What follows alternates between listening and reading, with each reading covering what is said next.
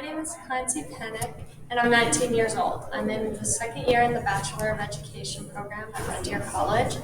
I live on a farm outside of Elnora, so I've always enjoyed working and helping on the farm, and I love to travel and spending time outdoors.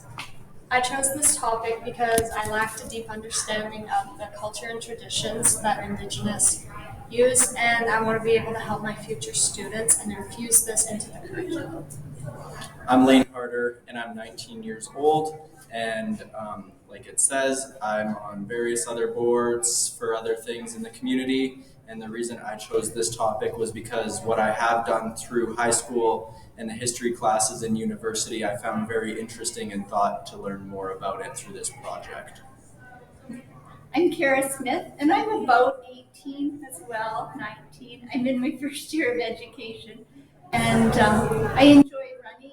I enjoy my family, spending time outside also. The reason I picked this topic is because I enjoy learning about interpersonal relationships.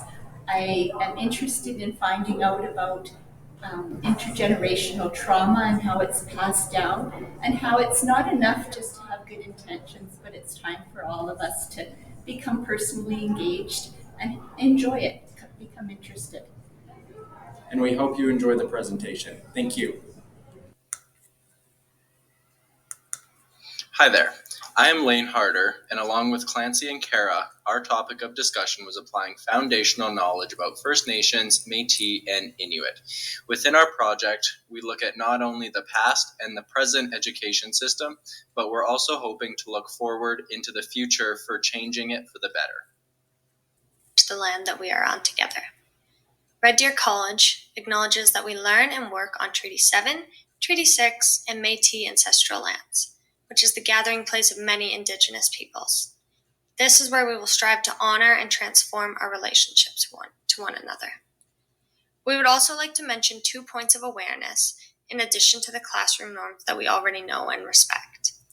The first is awareness of sensitivity of this subject and in terms of cultural awareness. And the second point is to come with an open mind, as it can still be an ongoing battle of reconciliation. Additionally, please take notes of the many hyperlinks we have embedded throughout our slides. There's so much valuable information that we want to share. Some of the links you will have to interact with and seek beyond the time constraint of our session. Let's begin with a guiding question. How can we each personally increase our own knowledge and understanding of First Nations, Métis, and Inuit? And how can we accurately reflect and demonstrate the strength and diversity of Indigenous peoples to all of our future students as we teach about history and about current collective living responsibilities, which will support our practice of inclusion and belonging for all? As an outcome, we want to begin to create or continue to create a respectful practice of understanding and valuing the experiences of Indigenous peoples. We want to prepare as teachers and further our own effort toward the process of reconciliation. We want to cultivate an active community of learners who will go forward together and promote unity for all. First, in our presentation, we will look back at the history accurately and practice vocalizing the issues that the Indigenous people faced. Next, we're going to look at some current practices, what is working, and what can we improve on. And finally, we'll take a more personal and relational view through some examples of curricular activities and resources, and a few personal pictures to conclude the slideshow. Before you continue on with our video, we would like you to take a minute on slide 7 to pause and reflect a little bit. Not only would you look at the TQS requirements and how they are applicable in the assignment, but we would also encourage you to check our bridging review knowledge and vocabulary, which by clicking on the red, it will give you a link to some previous knowledge and test what you already know before the presentation. I'm going to begin our Ed Talk today by talking about the past and the history of Indigenous culture. The points that I'm going to cover are from TQS number 5, which are listed on the right of the screen. The first point that I'm going to cover is the numbered treaties. The numbered treaties were made between the Crown and First Nations people from the years of 1871 to 1921. The Crown signed 11 treaties total in Canada, which allowed them access and control over territories. In exchange for this land, the Crown promised the First Nations certain goods. These goods included hunting and fishing rights, reserve land, and annual payments. Treaties 6, 7, and 8 encompass a large portion of Alberta, which you can see in the picture on the right. We, as in Red Deer Polytechnic, are located on Treaty 7. This specific treaty was signed on September 22nd in the year of 1877 at the Blackfoot Crossing. This treaty involved the Crown, the Kainai, the Siksika, the Piikani, the Nakota, and the Tsuut'ina bands. Still to this day, Treaty 7 land remains Crown land, so this means that the First Nations cannot sell or donate this land as it still belongs to the Crown. The next topic that I'm going to cover is the legislation and agreements negotiated with Métis. To begin this topic, I'm going to say that the Métis history was mixed with many obstacles and challenges. Before Alberta joined Confederation, the Métis did not have a place within white settlement areas, and they were not allowed to live on treaty land. So essentially, this meant that the Métis did not have their own land base. The Canadian government offered money and land scrip to the Métis in exchange for the Métis to give up their title to any land that they inherited from their First Nations ancestry. The land scrip was an easy and inexpensive way for the government to eliminate the Métis title. Some of the Métis ended up selling their land, while others decided to join their relatives within Indian bands. The Métis were without land and ended up creating temporary homes on road allowances or small pieces of Crown land. Unfortunately, these homes were often burned or taken by the Crown. For many years, the Métis struggled with their identity. Fortunately, in the year of 1982, the Canadian Constitution moved to recognize the Métis as Aboriginal people of Canada. So this gave them Aboriginal rights within the Constitution. Although this recognition is a step in the right direction, the Métis still struggle to gain adequate recognition of their rights to this day. And the last topic that I'm going to cover within the TQS points is residential schools. Over a 100-year time span, approximately 150,000 First Nations, Inuit, and Métis children were sent to residential schools. Residential schools were religious schools established to assimilate, convert, and Christianize Indigenous children into Canadian society. The Canadian government and Christian churches played a major role in establishing these schools. Children were forcibly taken from their homes and their families. They were required to complete long days filled with physical labor in very harsh environments. They were forbidden to speak their own language, and they were forced to learn inside overcrowded and very unresourced classrooms. They were mentally, physically, and even sexually abused to the extent of criminal acts. If parents ever refused to send their children to these schools, the parents then put themselves at risk of the potential of being fined or even facing jail time. Children that went through the residential school systems experienced neglect. These schools caused intergenerational trauma within First Nations, Inuit, and Métis families.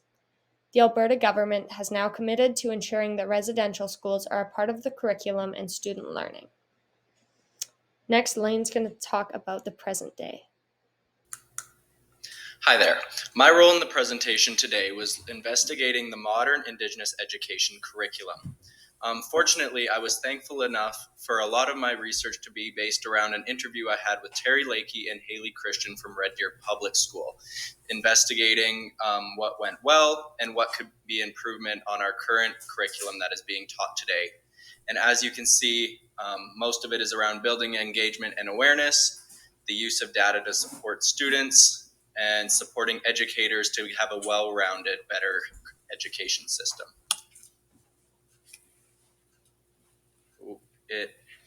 So first off, I'm going to talk about what aspects are well represented. And first off, I would like to make it aware that this topic is way bigger than a 5-minute video can include. So I did include a lot of resources that I myself may not be able to look at, but if you would like to look at yourself, they are here and available. So one of the first things that have been covered well in Indigenous education is the better access to authentic Indigenous resources. And lots of that comes with knowing that they have their own tones with their own cultural perspectives. So on the left there is a book that I read in grade 12 by Joseph Boyden called The 3-Day Road. And it talked about World War I as an Indigenous person who came from the bush. And I found that it was very authentic with real knowledge, and that we in the system are able to find better resources like this to investigate today. And another thing is that more teachers are able to start to infuse their own knowledge in the classroom and being more comfortable with giving out resources because they themselves have been able to find and work themselves through it. So with that is with preparedness comes the confidence of being able to present the Indigenous knowledge, and that we aren't scared to present it because we ourselves are being able to understand the concept and spread it further. So down in the bottom is a video that is incorporating Indigenous perspective in the classroom. If you would like to look at yourself, it's about 2 minutes. And just notice in italics is some TQS standards that are being met from incorporating Indigenous education from number 5. And another thing that are well represented is Orange Shirt Day, as along with the Truth and Reconciliation Day. Just because it is non-mandatory, I find that it's well represented beyond the scope that it has to, because most of the knowledge isn't even having to be presented because most curriculums only have a requirement, and some don't even have requirements of as little as 1 hour. So another thing that is helping to promote that is, just like my own work with Red Deer Public School, is that there's other interpersonal relationships being expressed within school communities with Indigenous resources. And on the side here is a quote from a Building Engagement and Trust for History and Social Science Education that plays well into the fact that another thing that is well represented is understanding that we don't always know the information. But when it comes from a genuine place of listening and trying to learn, that it's okay to make mistakes and fumble while we try to present that information. And that's coming into my next slides it'll be my next slide. But some aspects that need improvement within the Indigenous curriculum, like I expressed earlier, was that it's not always mandatory for Indigenous curriculum to be incorporated. And another main aspect that could use improvement is in the FNMI curriculum, the main focus is often on First Nations people and overlooks other Métis and Inuit culture. So on the left here is Louis Riel, who is seen as a Western worldview rebel. But when we look at the perspective of the First Nations people and the Métis people, he is often seen very differently. So it often overlooks the perspective of different diversity within perspectives. And that there's other more events need covering, but unfortunately we don't have the time to use it all. So my idea was to set you guys up for success for yourself, that if you would like to look at more information, it was here for you. So like I was saying, I was trying to give you guys information that if you want to go beyond this 20-minute talk, because this information isn't able to all be covered, that I provided some access to more events needing coverage. So the first one is residential schools often lack depth and understanding to their complexity. And this is actually an essay I wrote myself in my first year in my history class, comparing residential schools to internment camps. So coming from the previous slides of understanding that we may not have the information, and that our best is just trying to spread it and be more aware with an open heart. So just take it with a grain of salt, but I thought it would be a good integration from other classes. And then for the 60s scoop and missing and murdered Indigenous women, there is also scholarly work and RCMP reports on both of these.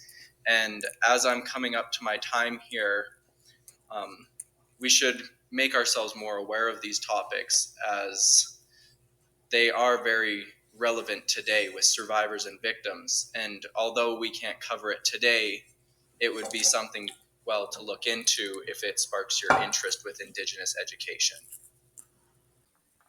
To conclude our Ed Talk, I'm going to share a few links and some pictures, a few resources that I think you might like. This first picture is a picture of the Red Feather women who came into our school and brought this authentic teepee. Together with them on a Sunday afternoon, we set it up. And then throughout the week, different classes would enter the teepee and receive traditional teachings from a First Nations elder. This top link is a link to an article explaining the Red Feather Women's role in the advocacy for missing and murdered Indigenous women. It's an issue that really astounds me and shocks me. I often ask the questions, what do we value? What shocks us? What do we ignore? What are we willing to sweep under the rug? This second link is Justice Murray Sinclair's address that was given and we downstreamed and watched with the classes on National Indigenous Peoples Day.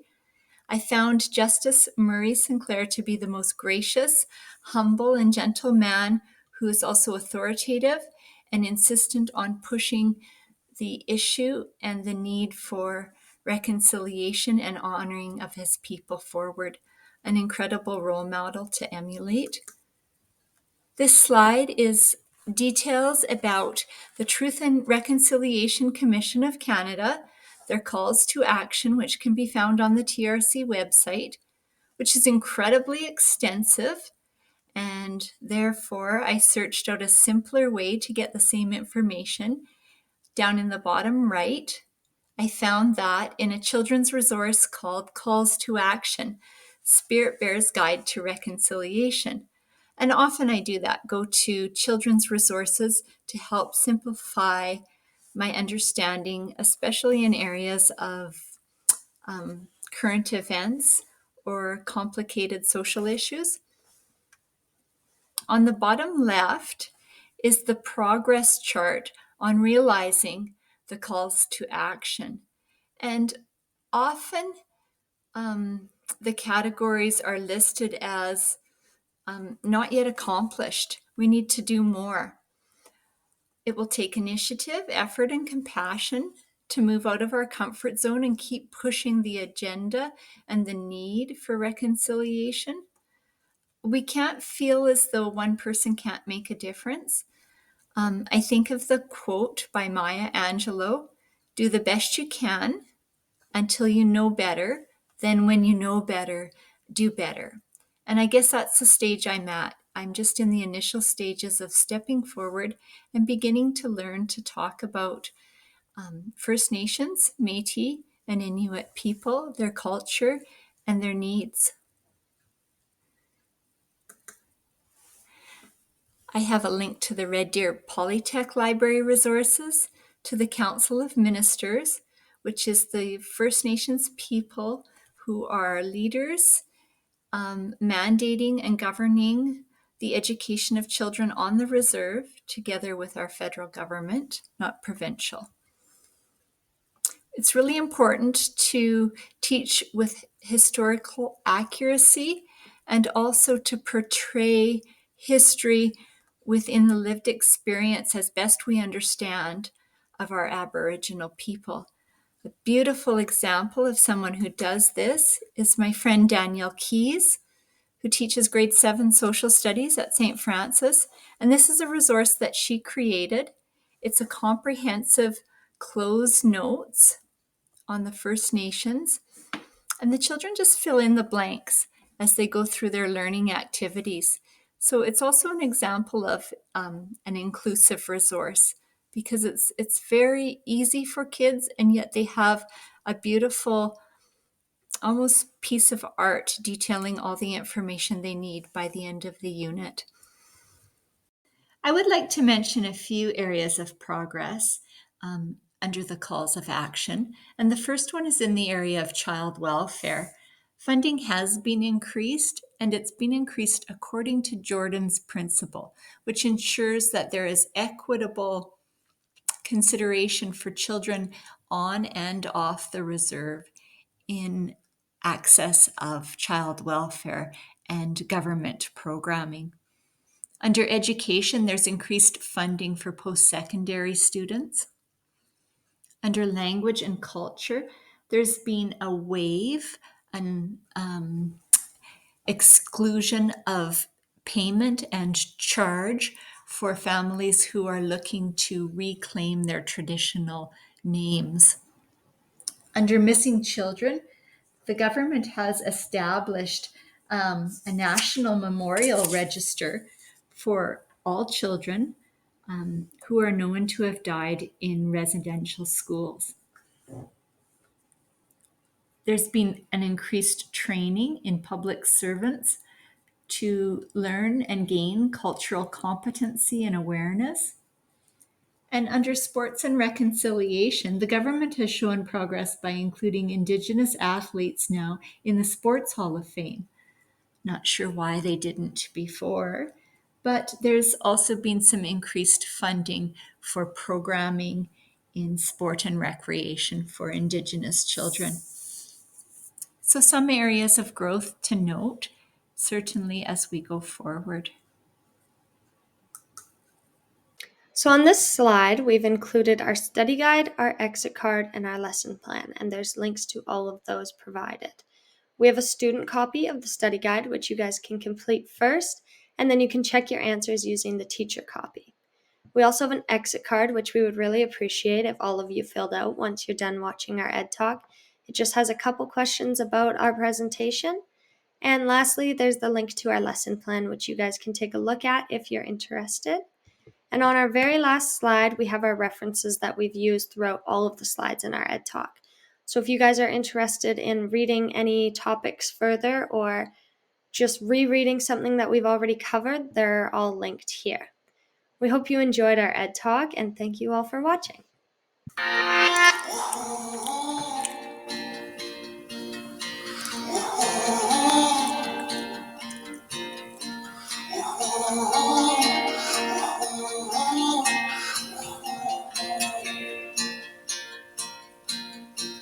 May your love be pure like an eagle, wisdom be under every stone you turn.